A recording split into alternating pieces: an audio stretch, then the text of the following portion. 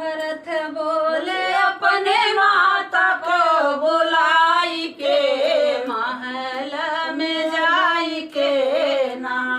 भरत बोले अपने माता को बुलाई के, महल में जाई के ना। सुनो माता मेरी बात रख के कलेजे पे हाथ, सुनो माता मेरी बात रख के कलेजे पे हाथ। हमें मारी दीहू लांछन लगाई के, महल में जाई के ना।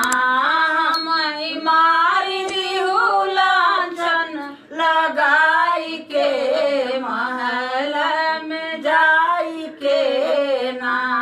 भरत बोले अपने माता को बुलाई के, महल में जाई के ना। भरत बोले अपने माता को बुलाई के, महल में जाई के ना। गए भैया राम बन में चोट लगी मेरे मन में, गए भैया राम बन में चोट लगी मेरे मन में। किहू काम बुरा लोभवा में आई के, महल में जाई के ना। किहू काम बुरा लोभवा में आई के, महल में जाई के ना।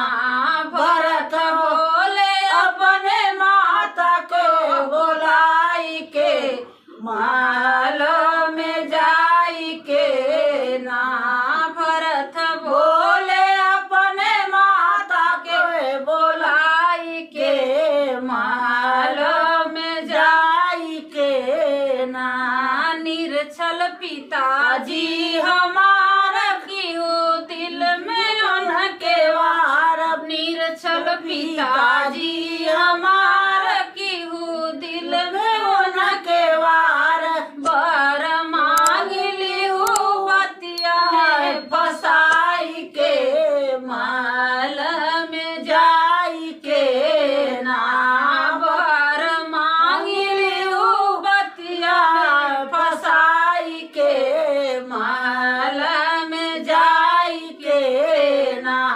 भरत बोले अपने माता को बुलाई के, महल में जाई के ना। भरत बोले अपने माता के बुलाई के, महल में जाई के ना। अवध रहा खुशहाल सारी नगरी निहाल, अवध रहा खुशहाल सारी नगरी निहाल। क्षण में बदल दीहू मातम बनाई के, महल में जाई के ना।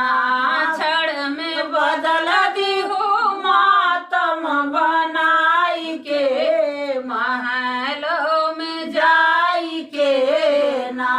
भरत बोले अपने माता के बुलाई के, महल में जाई के ना। भरत बोले अपने माता के बुलाई के, महल